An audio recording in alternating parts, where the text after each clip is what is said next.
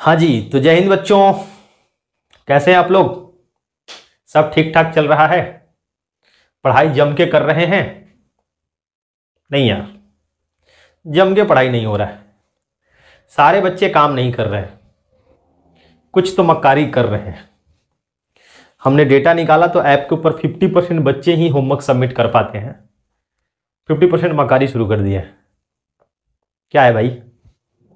मतलब offline class चलेगा तो आप काम करेंगे, नहीं तो आप सो जाएंगे। ऑनलाइन में 10th निकल गया, 11th निकल रहा है, 12th भी निकल जाएगा। मजे करना जीवन भर, फिर है कि नहीं? कर लो यार, काम नहीं हो रहा। मतलब एक एक दिन कितना इंपॉर्टेंट है पता नहीं भाई। कब समझोगे आप इन चीजों को? इसमें तेरा घाटा, मेरा कुछ नहीं जाता। काम नहीं करोगे तो मेरा क्या? चलो, तुम रिजल्ट नहीं दोगे, अगले साल मैं रिजल्ट निकालूंगा। अगले साल भी तुम्हारे जैसे अगर बच्चे आते हैं तो उसके अगले साल निकालूंगा। मैं तो लगाऊं भाई, मैं अपना काम कर रहा हूं, तुम नहीं कर रहे हो। देख लेते हैं इस वीक, पता नहीं क्या होगा। चलिए, तो हम लोग पढ़ रहे हैं कोऑर्डिनेट ज्योमेट्री का फर्स्ट चैप्टर पॉइंट, और आज है इसका लेक्चर नंबर 4, जिसके अंदर हम लोग क्या क्या पढ़ने वाले हैं। देन फर्स्ट एक छोटा सा टॉपिक होगा angle of inclination. Second most important, बहुत इंपॉर्टेंट है भैया, स्लोप। आज का पूरा लेक्चर स्लोप के इर्द गिर्द ही घूमने वाला है, और इस स्लोप के कॉन्सेप्ट का यूज अगले चैप्टर स्ट्रेट लाइन में बहुत बड़े पैमाने पर होगा। स्ट्रेट लाइन के पॉइंट ऑफ व्यू से स्लोप काफी इंपॉर्टेंस रखता है ना। तो आज का लेक्चर बहुत महत्वपूर्ण होने वाला है, ध्यान से समझिएगा। And at last angle between two straight line, कि दो स्ट्रेट लाइन के बीच का हम एंगल कैसे निकालते हैं। इन्हीं 3 टॉपिक्स के ऊपर आज हम बात करेंगे। लेकिन आज का लेक्चर स्टार्ट करने से पहले हम लोग एक बार रिवाइज कर लेते हैं कि पिछले 3 लेक्चर में हमने क्या क्या पढ़ा। देन याद करो, लेक्चर नंबर 1 में हमने 2 मेजर टॉपिक लिया था, Cartesian coordinate system and distance formula. Cartesian coordinate system के अंदर हमने देखा कि कोई भी point P alpha comma beta है तो उसका एक्स एक्सिस से डिस्टेंस वाई कोऑर्डिनेट के बराबर होता है, वाई एक्सिस से डिस्टेंस एक्स कोऑर्डिनेट के बराबर होता है। कोई पॉइंट एक्स एक्सिस पर है तो उसका वाई कोऑर्डिनेट 0 होगा, एक्स एक्सिस पर कौन 0? वाई 0। कोई पॉइंट वाई एक्सिस पर है तो उसका एक्स कोऑर्डिनेट 0 होगा, वाई एक्सिस पर कौन 0? एक्स 0। कोई लाइन एक्स एक्सिस के पैरेलल है तो उसका इक्वेशन होगा y equals to K, y equals to something constant, नहीं। और अगर y एक्सिस के पैरेलल है तो उसका इक्वेशन होगा x equals to K, x equals to something constant, ठीक है ना। कार्टेशियन कोऑर्डिनेट सिस्टम के ऊपर हमने ये छोटी छोटी बातें की थी, ये इंपॉर्टेंट बातें हैं उसकी, जिसको ध्यान रखना था, और हमने क्वेश्चन भी उसके ऊपर लिया था, नहीं। फिर हमने देखा क्या? Distance formula. डिस्टेंस फॉर्मूला में हमने पढ़ा था पहले तो बेसिकली एकदम छोटा सा कि डिस्टेंस फॉर्मूला क्या होता है, बच्चा बच्चा जानता है। उसके बाद कि अगर 2 पॉइंट जिनके बीच का हम डिस्टेंस निकाल रहे हैं वो एक्स एक्सिस के पैरेलल हो जाए तो क्या कांस्टेंट? Y constant. कोई भी 2 पॉइंट को ज्वाइन करने वाली लाइन सेगमेंट अगर एक्स के पैरेलल है तो उन दोनों पॉइंट का वाई कोऑर्डिनेट क्या होगा? सेम होगा। फिर हमने कैसे निकाला था डिस्टेंस, याद है आपको? अगर लाइन सेगमेंट वाई के पैरेलल हो जाए तो क्या क्या कांस्टेंट? X constant. दोनों पॉइंट का, है ना, एक्स कोऑर्डिनेट क्या हो जाता था? इक्वल हो जाता था। हमने डिस्टेंस निकाला था। डिस्टेंस फॉर्मूला को यूज करके हमने ट्रायंगल का नेचर फाइंड आउट करना सीखा था। कोई ट्रायंगल अगर इक्विलेटरल है तो उसका कम से कम एक वर्टेक्स इरेशनल होगा ही होगा, नहीं क्या? 1 vertex of an equilateral triangle must be irrational, ये हमने देखा। और फिर डिस्टेंस फॉर्मूला को यूज करके हम 3 पॉइंट्स को कोलिनियर प्रूफ कर सकते हैं कि A B plus B C equals to A C आ रहा है तो तीनों पॉइंट्स क्या है? कोलिनियर है। ये था फर्स्ट लेक्चर। सेकेंड लेक्चर में हमने देखा सेक्शन फॉर्मूला। सेक्शन फॉर्मूला में क्या देखा, याद करो? सेक्शन फॉर्मूला में internal division and external division के ऊपर बातें की थी। सिंपली एकदम हमने क्या क्वेश्चन लिया था, इनका डेरिवेशन देखा था। फिर थर्ड लेक्चर में जिसे सेक्शन फॉर्मूला का पार्ट 2 था, रिवर्स, कि अगर पॉइंट दिया है तो रेशियो कैसे निकालेंगे। 2 पॉइंट को ज्वाइन करने वाली लाइन सेगमेंट को अगर कोई पॉइंट, है ना, दे दिया जाए तो किस रेशियो में डिवाइड कर रहा था? λ/1 हमने लैम्डा निकाला। एक्स एक्सिस किस रेशियो में डिवाइड कर रहा है, वाई एक्सिस किस रेशियो में डिवाइड कर रहा है ना। एक लाइन का इक्वेशन दे दिया जाए, वो लाइन किस रेशियो में डिवाइड कर रहा है, नहीं। हमने 4 अलग अलग केस डिस्कस किया था। लैम्डा पॉजिटिव आएगा, इंटरनल बोल रहे थे, निगेटिव आएगा, एक्सटर्नल बोल रहे थे, नहीं।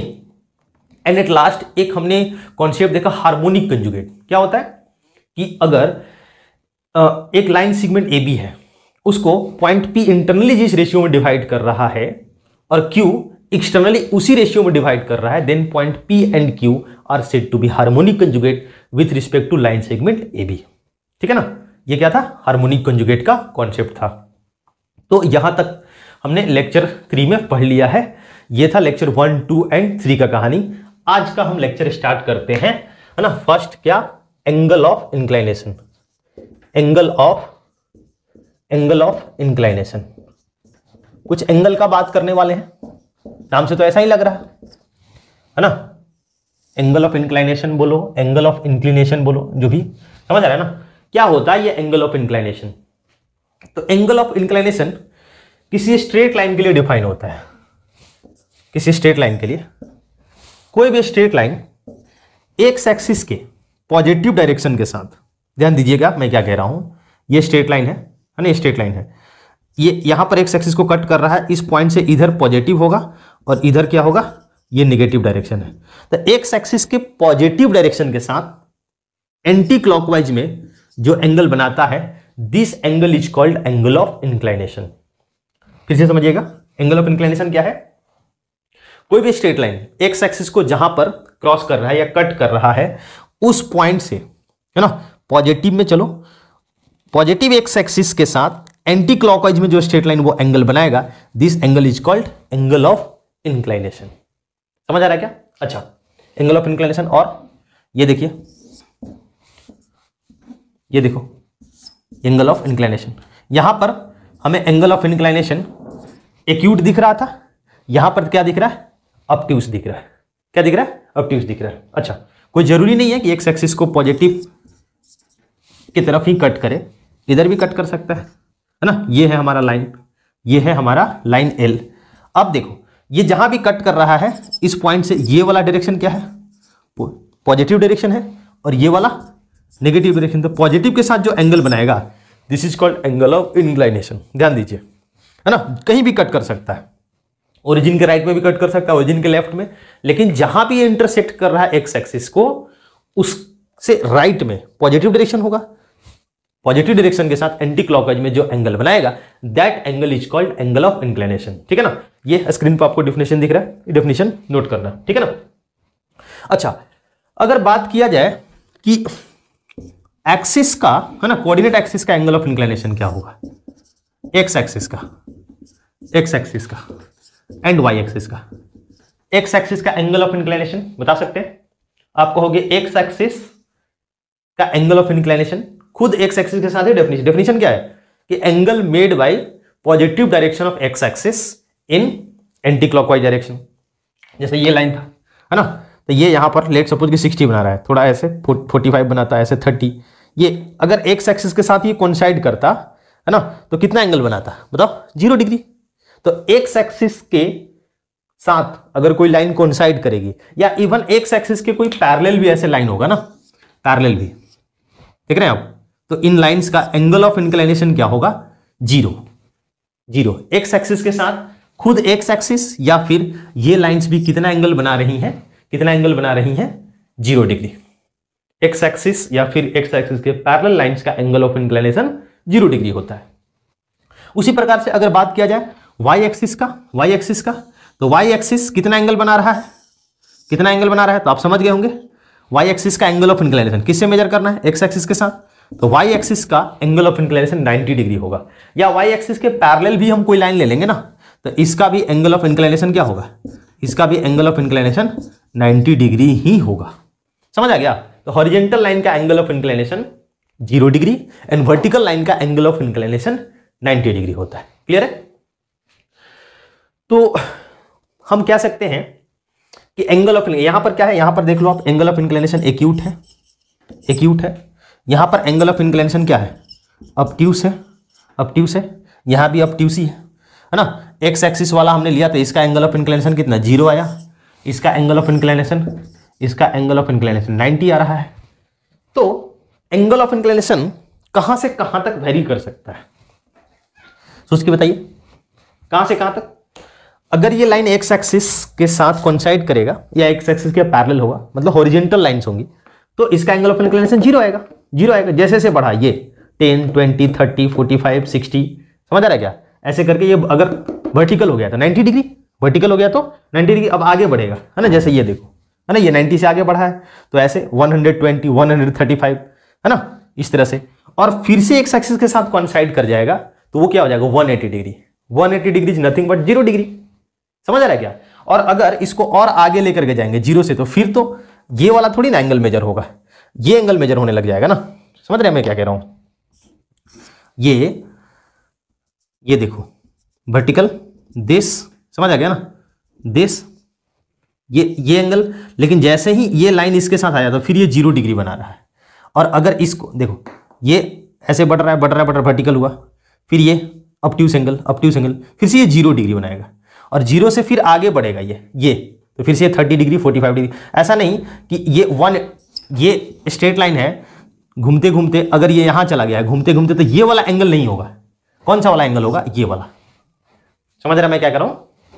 समझ आ रहा है कि जो एंगल ऑफ इंक्लाइनेशन होगा वो 0 से 180 के बीच ही हो सकता है। समझ रहे? ये है घूमते घूमते, लेट सपोज यहां पर ये स्ट्रेट लाइन था, घूमते घूमते ये यहां पर चला गया, ये तो आप ये नहीं कह सकते कि 180 डिग्री से बड़ा एंगल बना रहा है।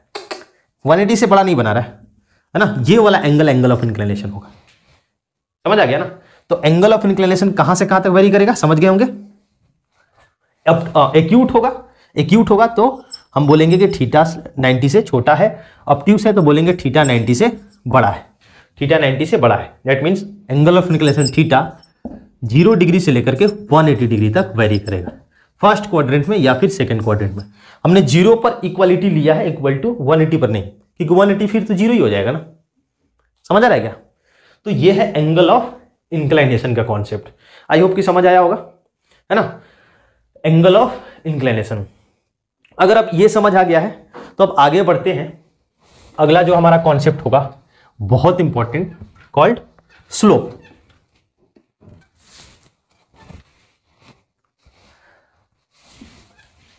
स्लोप जो है ना, स्लोप आम बोलचाल के भाषा में यूज होने वाला टर्म है। ऐसा नहीं है कि कोई बहुत बड़ा मैथमेटिकल टर्मिनोलॉजी है। याद करो, आपने भी कभी ना कभी स्लोप टर्म यूज किया होगा कि किसी सरफेस का स्लोप ज्यादा है, स्लोप 0 है, यूज किया कि नहीं? तो स्लोप वर्ड से आपके माइंड में क्या इमेज बनता है? आई होप कि ढाल, है ना, या फिर कह सकते हैं ढलान, कुछ ऐसा ही बनता होगा, नहीं क्या? ढाल या फिर ढलान। अच्छा, इसका एक टेक्निकल नाम भी है। कभी कभी पेपर वाला स्लोप के जगह पर टर्म यूज कर सकता है, कॉल्ड ग्रेडियंट। क्या कहलाता है? ग्रेडियंट, है ना। टेक्निकल बस टर्मिनोलॉजी है, स्लोप के जगह पर यूज हो सकता है। अच्छा, स्लोप का मैथ्स के साथ कैसे लिंक है? स्लोप मैथ्स के साथ कैसे लिंक करता है? तो आप याद कीजिए, अगर ये इस लाइन का एंगल ऑफ इंक्लाइनेशन है, देन इस लाइन का जो स्लोप होगा, स्लोप को हम एम से डिनोट करते हैं, tan theta is called slope. tan theta is called slope. बात समझ आ रहा है क्या? अब tan थीटा ही स्लोप क्यों, sin थीटा या cos थीटा क्यों नहीं? थोड़ा इसको समझते हैं। इसके लिए मैं एक एग्जांपल लेता हूं जिसमें 3 लाइन इन्वॉल्व है। ये लो L1, L2 एंड L3। समझ आ रहा है क्या? हमने 3 लाइन लिया। अच्छा, तीनों लाइन का आप ध्यान से देखिए, एक्स एक्सिस के साथ पॉइंट ऑफ इंटरसेक्शन जो है वो कॉमन है। अब हम आपसे पूछते हैं कि बताओ इन लाइंस का स्लोप का ऑर्डर क्या है?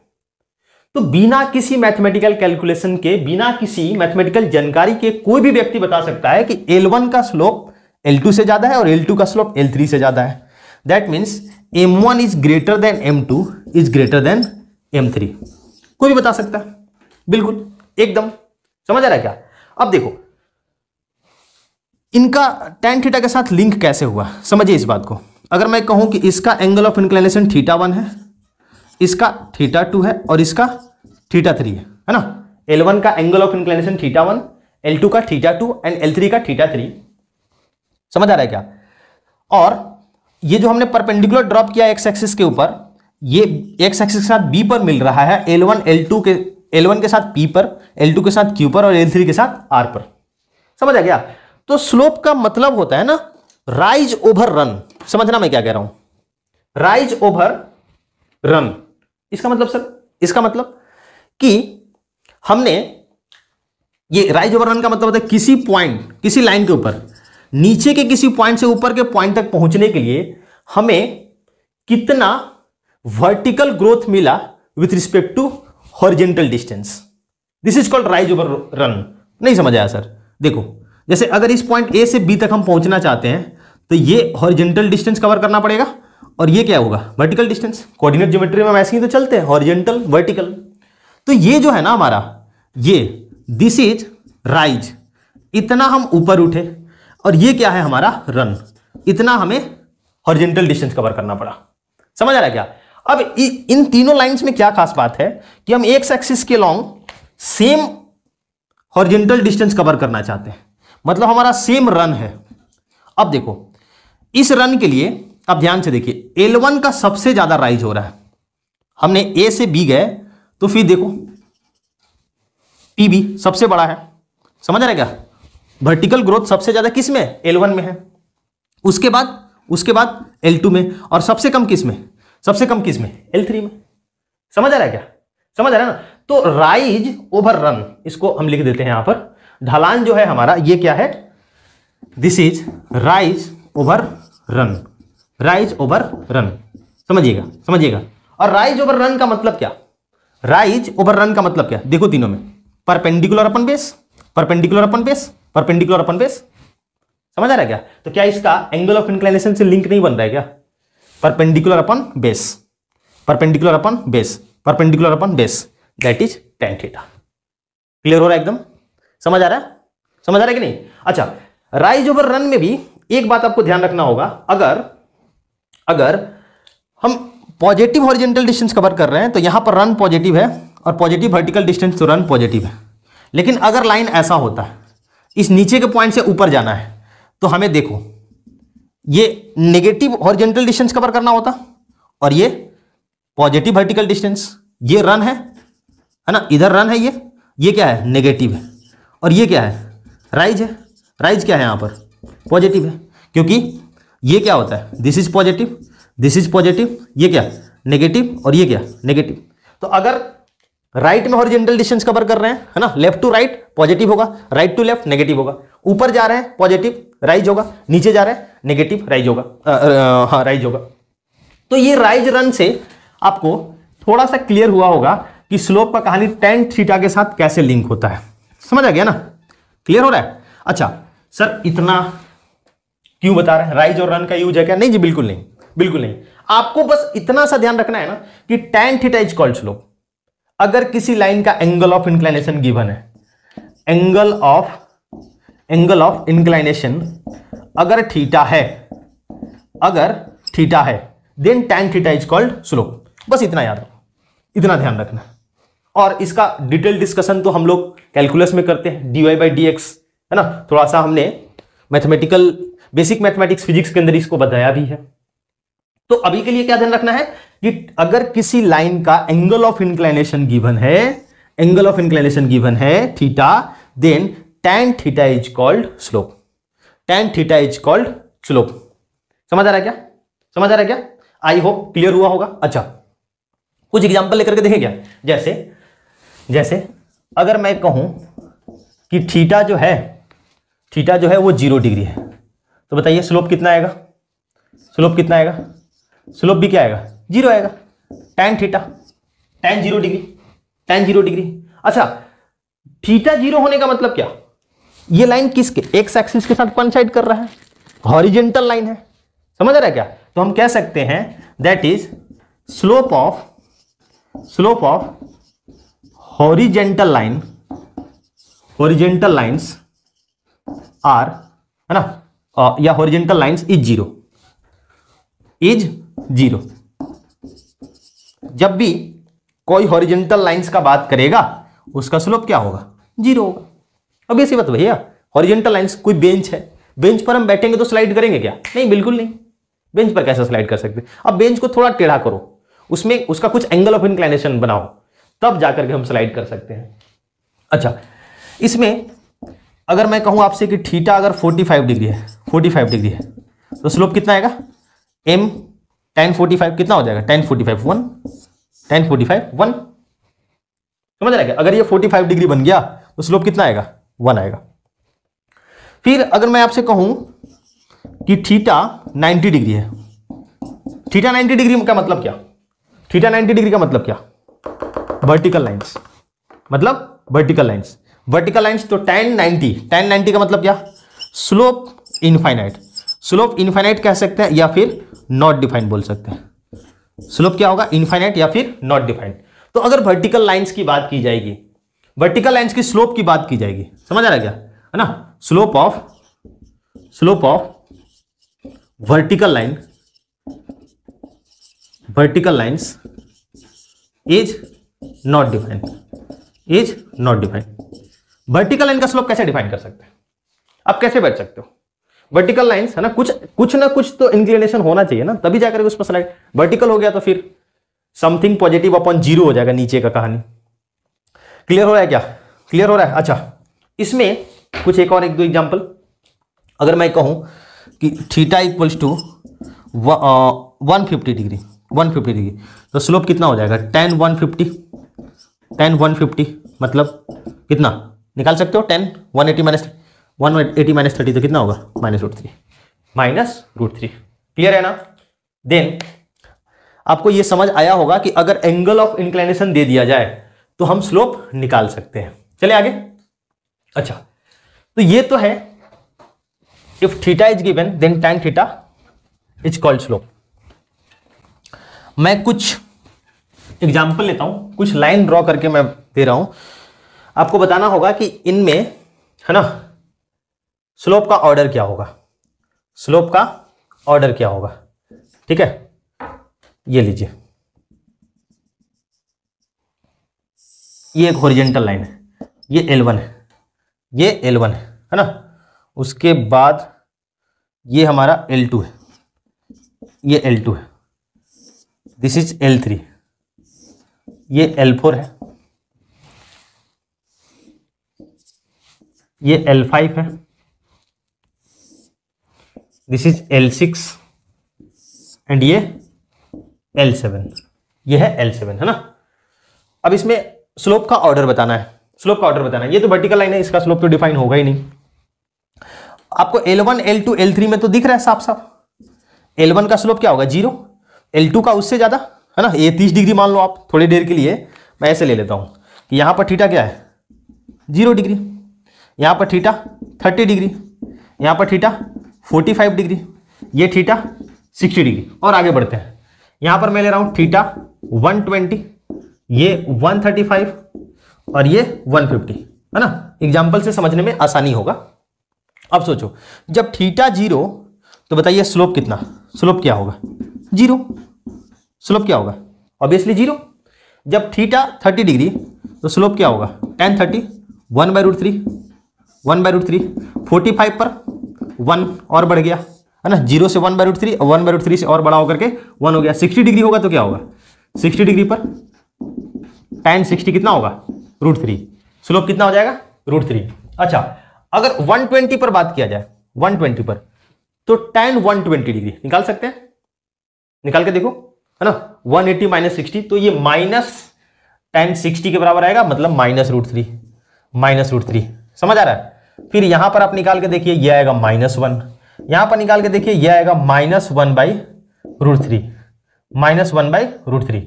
समझ आ रहा है? तो ध्यान से देखिए, ध्यान से देखिए क्या हो रहा है। यहां से यहां स्लोप पहले बढ़ा, इंक्रीज हुआ है ना, बढ़ रहा है।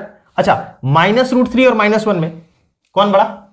इनमें कौन बढ़ा? तो -√3 ज्यादा नेगेटिव है -1 से, -1 बड़ा होगा, और -1 ज्यादा नेगेटिव है -1/√3 से, तो -1 बड़ा होगा। मतलब इससे ये बड़ा, इससे ये बड़ा, और फिर से जब हॉरिजॉन्टल होगा तो ये ऐसे नेगेटिव कम होते होते क्या हो जाएगा? 0 हो जाएगा। मतलब इधर भी बढ़ रहा है, इधर भी बढ़ रहा है। तो आप ध्यान से देखो, 0 से लेके 180 तक है ना, क्या होता है? स्लोप हमारा बढ़ता है। थीटा बढ़ाने पर है ना, tan थीटा क्या होगा? tan थीटा क्या होगा, बढ़ेगा, चाहे फर्स्ट क्वाड्रेंट हो चाहे सेकंड क्वाड्रेंट हो, दैट मीन स्लोप क्या होगा, बढ़ेगा। ये आप एकदम दिमाग में बैठा लीजिए, ये आप दिमाग में बैठा लीजिए एकदम। थीटा बढ़ाएंगे तो स्लोप क्या होगा, बढ़ेगा, चाहे फर्स्ट क्वाड्रेंट हो या फिर सेकंड क्वाड्रेंट हो, है ना।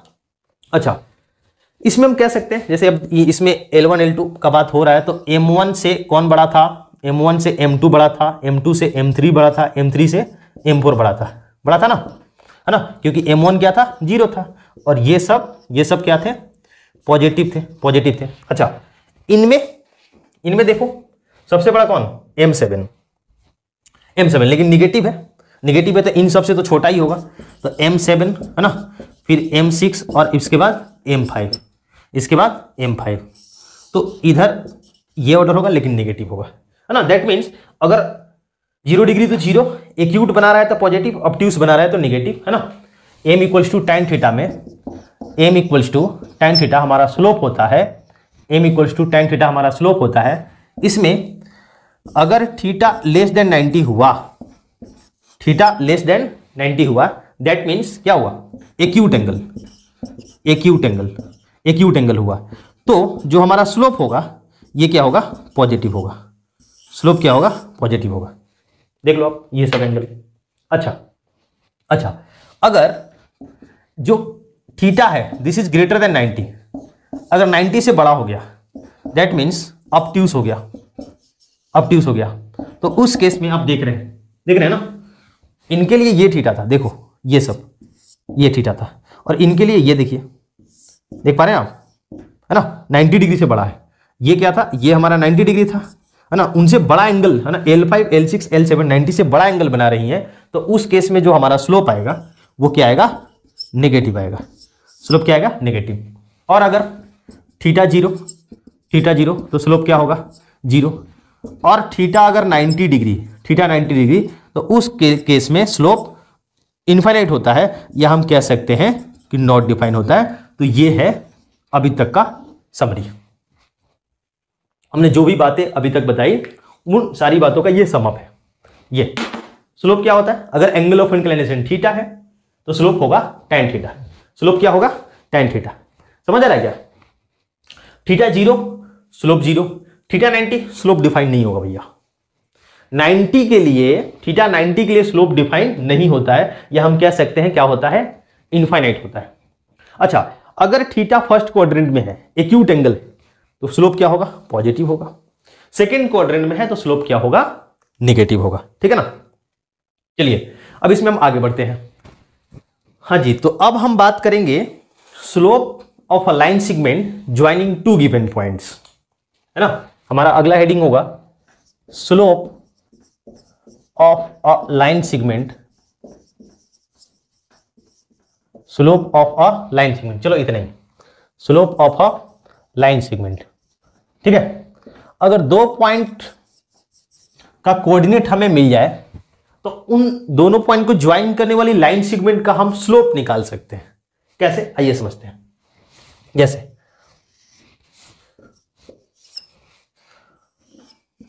जैसे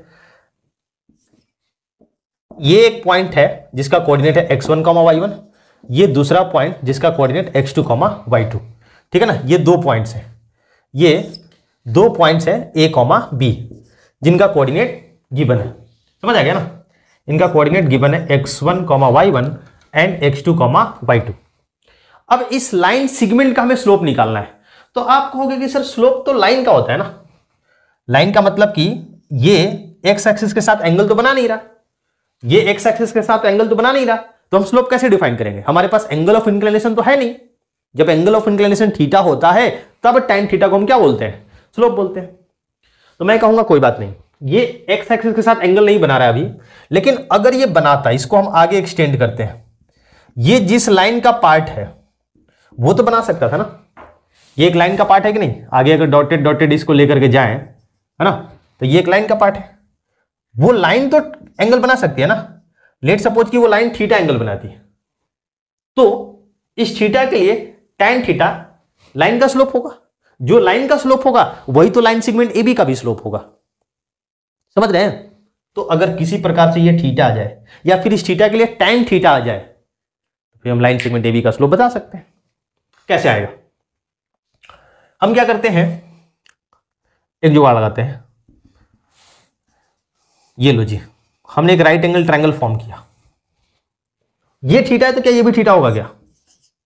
ऑब्वियसली कॉरेस्पॉन्डिंग एंगल देख रहे हैं क्या? ये क्या है, दिख रहा है आपको? पैरेलल लाइन एक्स एक्सिस के, तो ये थीटा ये भी थीटा। अच्छा, अब दैट मीन्स ये थीटा या इस थीटा के लिए tan थीटा निकालना है तो इस ट्रायंगल के अंदर tan थीटा निकाल लो। कैसे? क्योंकि इस ट्रायंगल के अंदर tan थीटा है हमारे पास। ये डिस्टेंस हम लोग पहले से जानते हैं कितना होगा, x2 माइनस x1। ये टोटल डिस्टेंस x2, ये x1, तो ये x2 माइनस x1। और ये डिस्टेंस कितना होगा, this distance will be y2 minus y1। तो इस ट्रायंगल के अंदर हम tan थीटा निकाल सकते हैं। tan थीटा कितना होगा, tan theta BC upon AC। और यही tan थीटा तो स्लोप होगा इस लाइन का, या कह सकते हैं कि इस लाइन सेगमेंट का। समझ आ रहा है क्या? बस निकल गया। Slope equals to BC, that means y2 minus y1 upon x2 minus x1। y2 minus y1 upon x2 minus x1। समझ आ रहा है क्या? या कह सकते हैं difference of y coordinate upon difference of x coordinate. अगर दो पॉइंट का कोऑर्डिनेट दे दिया जाए, है ना, तो उन दोनों पॉइंट्स को ज्वाइन करने वाले लाइन सेगमेंट का हम स्लोप निकाल सकते हैं। कैसे? Difference of y coordinate upon difference of x coordinate. समझ आ रहा है ना? फिजिक्स में इसी को बोला जाता है rate of change of y with respect to x, है ना। मैथ्स में और डीप में अगर मैं बात करता तो इसको बोलता ये है रन, और ये क्या है, राइज। समझ गए? ऊपर ये वाला क्या है, देखो A से C रन हुआ है, ये क्या है, राइज है। तो rise over run is equal to physics में rate of change of y with respect to x। समझ आ रहा है क्या? अच्छा, कुछ एग्जांपल लेकर के इसको समझते हैं। जैसे पहला जो हमारा एग्जांपल है, ये हमने लिया 0,0 एंड B पॉइंट -3,3 और इन दोनों पॉइंट्स को ज्वाइन करने वाली लाइन सेगमेंट का अगर स्लोप निकालना है तो क्या करेंगे, y2 minus y1 3 minus 0 upon क्या होगा x2 माइनस x1 -3 माइनस 0, तो 3 upon -3 this is equal to -1। तो यहां से हम स्लोप कितना निकाल लिया हमने, -1। स्लोप -1 है, दैट मीन्स tan थीटा -1 है, tan थीटा -1 है। सो हम कह सकते हैं थीटा कितना होगा, -1। नेगेटिव है ना, सेकेंड क्वाड्रेंट में। सोचो 1 पॉजिटिव 45 तो नेगेटिव 135 डिग्री के लिए होगा, नेगेटिव 135 डिग्री के लिए होगा, नहीं क्या? अच्छा, एक और पॉइंट, एक और question.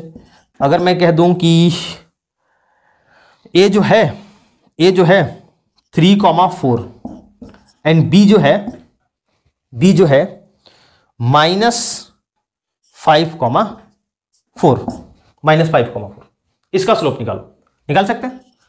y2 minus y1 upon x2 minus x1 क्या आएगा, ये तो जीरो आएगा सर, जीरो आएगा। जीरो आने का मतलब क्या, लाइन क्या है, हॉरिजॉन्टल है। अब ध्यान से देखिए, इन दोनों लाइन सेगमेंट में क्या constant, y constant. y constant का मतलब क्या, किसके पैरेलल, ये किसके पैरेलल होगा, x के पैरेलल होगा। तो ये जो है ये क्या है, हॉरिजॉन्टल लाइन सेगमेंट है। समझ आ रहा है क्या? इसलिए इसका स्लोप क्या आया, जीरो आया। इसका स्लोप क्या है, जीरो। ऐसे ही मैं एक और एग्जांपल ले लूं, जैसे a -5, है ना 3 एंड b -5, -2 और इस लाइन सेगमेंट का स्लोप पूछा जाए, निकाल सकते हैं। Delta y upon delta x, y2 minus y1 -2 -3 upon -5 plus -5 minus कितना, -5, ये कितना हो जाएगा, -5 अपॉन 0। अरे यार ये तो इनफाइनाइट होता है, या हम कह सकते हैं कि ये नॉट डिफाइन होता है। ऐसा कब हो सकता है, किसी भी लाइन सेगमेंट का स्लोप नॉट डिफाइन कब होता है? आप कहेंगे सर वो वर्टिकल हो जाएगा। तो देखो क्या कांस्टेंट, x कांस्टेंट, किसके पैरेलल, y के। ये भी लाइन सेगमेंट क्या है, वर्टिकल लाइन सेगमेंट। तो इस तरह से आपको समझ आया होगा कि अगर 2 पॉइंट दे दिया जाए तो दोनों पॉइंट को ज्वाइन करने वाली लाइन सेगमेंट का हम स्लोप कैसे निकालेंगे, delta Y upon delta X, ठीक है ना। अच्छा, इस कॉन्सेप्ट को यूज करके हम किसी तीन गिवन पॉइंट को कोलिनियर प्रूफ कर सकते हैं। और वो कैसे? जैसे अगर 3 पॉइंट है ना ए बी सी जिनका कोऑर्डिनेट गिवन है, और अगर ये तीनों पॉइंट्स कोलिनियर है तो क्या होगा? अगर ये तीनों पॉइंट्स कोलिनियर हैं तो हम क्या कह सकते हैं, slope of A B equals to slope of B C या स्लोप ऑफ ए सी। कह सकते नहीं कह सकते?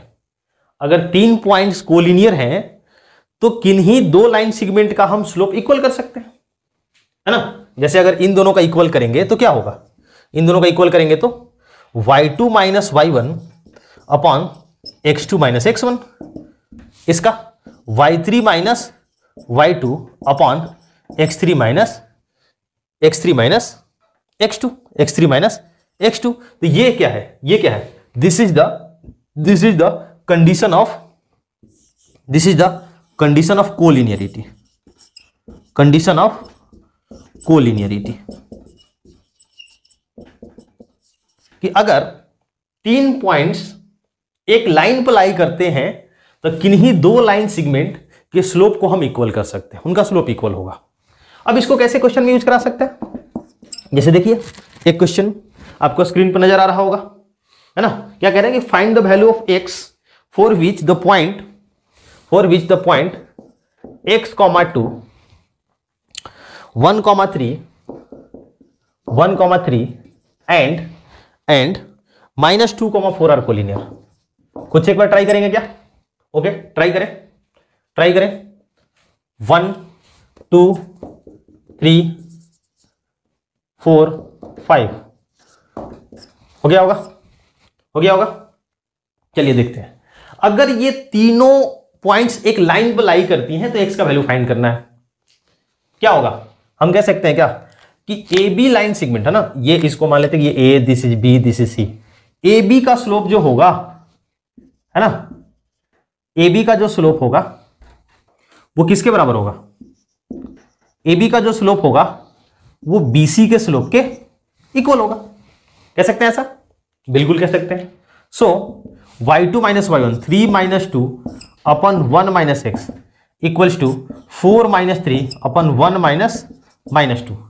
तो 1 upon 1 minus X this is equal to 1 upon 3। So 3 equals to 1 minus X, है ना। गड़बड़ हो रहा है यहां पर -2 है ना, और -1 -2 -1 x2 माइनस x1, तो ये आएगा -3 यहां से हम देख पा रहे हैं x इक्वल्स टू क्या आ रहा है, 4 आ रहा है। This is your answer. समझ आ गया ना। तो अभी तक हमने क्या देखा? अभी तक हमने देखा कि अगर एंगल ऑफ इंक्लिनेशन गिवन हो तो हम लाइन का स्लोप निकाल सकते हैं। कैसे? tan थीटा से, है ना। उसमें बस इतना ध्यान रखना है, बाकी वो राइज ओवर रन या फिर कैसे थीटा के साथ लिंक होता है परपेंडिकुलर पर, वो सब भूल जाओ, है ना। सिर्फ tan theta is called slope. अगर थीटा एक्यूट है तो स्लोप पॉजिटिव होगा, थीटा ऑब्ट्यूस है तो स्लोप नेगेटिव होगा, थीटा 0 तो स्लोप 0, और थीटा 90 तो स्लोप डिफाइन नहीं होता है। अगर 2 पॉइंट गिवन है और उनको ज्वाइन करने वाली लाइन सेगमेंट का हमें स्लोप निकालना है तो क्या करना होता है, y2 minus y1 upon x2 minus x1। Very simple. और उस कॉन्सेप्ट को हम लोग यहां 3 पॉइंट्स को कोलिनियर प्रूफ करने में यूज कर सकते हैं, ठीक है ना। तो ये था slope of a line segment. अब अगर कोई स्ट्रेट लाइन दे दे, स्ट्रेट लाइन का इक्वेशन दे दे, तो उसका हम स्लोप कैसे निकालेंगे, है ना। Slope of a straight line whose equation is given, एक गिवन स्ट्रेट लाइन, है ना, गिवन इक्वेशन, लीनियर इक्वेशन का हम स्लोप कैसे निकालेंगे। तो आपको पता है linear equation in two variable always represent a straight line. इसमें तो किसी को दिक्कत नहीं होनी चाहिए, है ना, 9th क्लास से देखते आ रहे हैं। जैसे अगर मैं कहूं, है ना,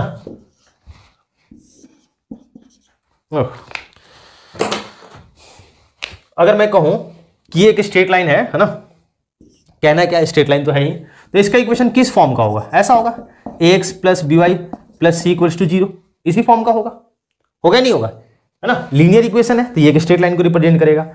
और इस स्ट्रेट लाइन का स्लोप निकालना है ना, इक्वेशन दे देगा कुछ इस प्रकार से, है ना, इक्वेशन दे देगा जैसे x minus Y plus 7 this is equal to 0, ये इक्वेशन है जी लो, या दिया जा सकता है √3x, है ना, plus Y plus 1 equals to 0, और क्या हो सकता है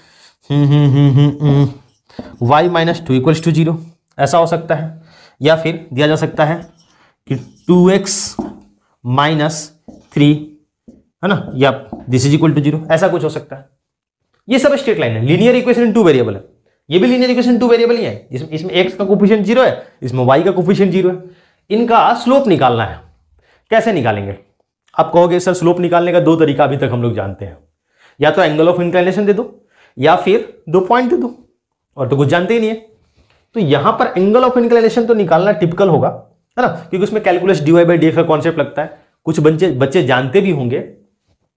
लेकिन हम 2 पॉइंट निकाल सकते हैं, वो कैसे, चलिए मैं कहूं कि एक्स एक्सिस का पॉइंट ऑफ इंटरसेक्शन कैसे निकलेगा, तो आप कहोगे सर y0 पुट कीजिए, है ना, y इक्वल्स टू 0 पुट करेंगे इसमें, तो ax plus C equals to क्या होगा 0, सो x का value minus C by A आएगा। तो यहां से जो पॉइंट आने वाला है ये minus C by A comma 0 होगा। अच्छा, अगर ये पॉइंट हमें चाहिए, ये पॉइंट बी पॉइंट, इसके लिए क्या करना होगा, y एक्सिस पर कौन 0, x0, है ना, x इक्वल्स टू 0 पुट करते हैं, तो यहां से 0 plus B Y plus C equals to 0, so y equals to minus C by B. That means ये जो पॉइंट होगा, इस पॉइंट का कोऑर्डिनेट होगा 0 comma minus C by B. अब देखिए इस लाइन पर 2 पॉइंट आ चुका है, इस लाइन पर 2 पॉइंट आ चुका है। अगर इस लाइन सेगमेंट ए बी का हम स्लोप निकाल लें, ए बी का हम स्लोप निकाल लें, तो क्या इस लाइन का स्लोप आ जाएगा, बिल्कुल जो ए बी लाइन सेगमेंट का स्लोप होगा वही लाइन का होगा, जैसे पिछले केस में जो लाइन का था वही लाइन सेगमेंट का था। नहीं तो अब कैसे निकलेगा, slope equals to y2 minus y1 upon x2 minus x1, 0 minus minus C by A, this is equal to minus C by B into A by C. यहां से c और c कैंसिल, कितना आ रहा है, तो हम देख पा रहे हैं कि जो स्लोप का वैल्यू आ रहा है this is equals to minus A by B, minus A by B. Again ये थर्ड रिजल्ट है, इसको भी याद रखना है कि अगर कोई स्ट्रेट लाइन गिवन हो, कोई स्ट्रेट लाइन गिवन हो, तो उस स्ट्रेट लाइन का हम स्लोप निकाल सकते हैं इक्वेशन की हेल्प से। कैसे कैसे देखिए, मस्त minus coefficient of x upon coefficient of y, slope आ जाएगा, स्लोप आ जाएगा। अरे ये हमने फिजिक्स में भी किया है, कैसे याद कीजिए ना, फिजिक्स में इस लाइन के लिए अगर dy/dx निकालने जाएंगे, dy/dx, तो कैसे निकलेगा, कैसे नहीं, ax का क्या होगा ax का a, और by का क्या होगा b dy/dx, और कांस्टेंट का क्या होगा, कांस्टेंट का क्या होगा 0। तो यहां से dy/dx का वैल्यू क्या आएगा, dy/dx का वैल्यू क्या आएगा, देखिए माइनस a बाई बी नहीं आएगा। अब बोलेंगे ये क्या हो गया सर, ये फिजिक्स की बात है, कैलकुलस है, dy/dx को तो स्लोप बोलते हैं, tan थीटा बोलते हैं, समझ आ गया ना। तो इसको अभी इग्नोर करो, इसको अभी इग्नोर करो। कोई स्ट्रेट लाइन का इक्वेशन गिवन होगा तो स्लोप कैसे निकालना है, सिर्फ इतना ध्यान रखना है, माइनस ए बाई बी। जैसे यहां देखिए इसका स्लोप निकालना है तो क्या करेंगे, ये क्या करेंगे, इसका a कितना है, a देखो 1, b कितना है -1, a 1 b -1, तो स्लोप क्या आएगा, मस्त माइनस a बाई बी, तो 1 upon -1, this is equal to 1, slope equals to 1, मतलब tan थीटा का वैल्यू क्या हुआ 1 हुआ, नहीं सो थीटा कितना आ जाएगा 45 डिग्री, 45 डिग्री। ये लाइन x एक्सिस के साथ कितना एंगल बना रहा होगा, 45 डिग्री एंगल बना रहा होगा, 45 डिग्री। क्लियर है क्या, क्लियर है। अच्छा सेकंड में यहां पर a कितना √3, b कितना 1, ठीक है, तो स्लोप कितना होगा देख लो फॉर्मूला में माइनस पहले है A by B √3/1 this is equal to -√3। Minus में सेकेंड क्वाड्रेंट है ना, tan थीटा -√3 है ना, 180 - 60 करेंगे तो -tan 60, मतलब यहां से 180 - 60 120, theta equals to 120 degree. Trigonometry थोड़ा बहुत आता है तो आप इजीली निकाल सकते हैं एंगल ऑफ इंक्लिनेशन कितना होगा।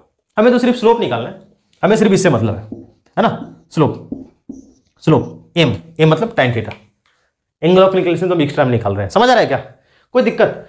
अच्छा, मजेदार बात क्या है कि स्लोप के इंफॉर्मेशन में इस कांस्टेंट का कोई रोल नहीं है। देखो ध्यान से, आप सिर्फ और सिर्फ एक्स एंड वाई के कोफिशिएंट से ही स्लोप मिलता है। किसी भी स्ट्रेट लाइन के स्लोप के इंफॉर्मेशन के लिए कांस्टेंट टर्म का कोई रोल नहीं है। देख लीजिए यहां पर 7, यहां पर 1 कुछ कंट्रीब्यूट कर रहे हैं क्या? बिल्कुल नहीं। अब इसका मतलब क्या है हम आगे देखेंगे थोड़ी देर में।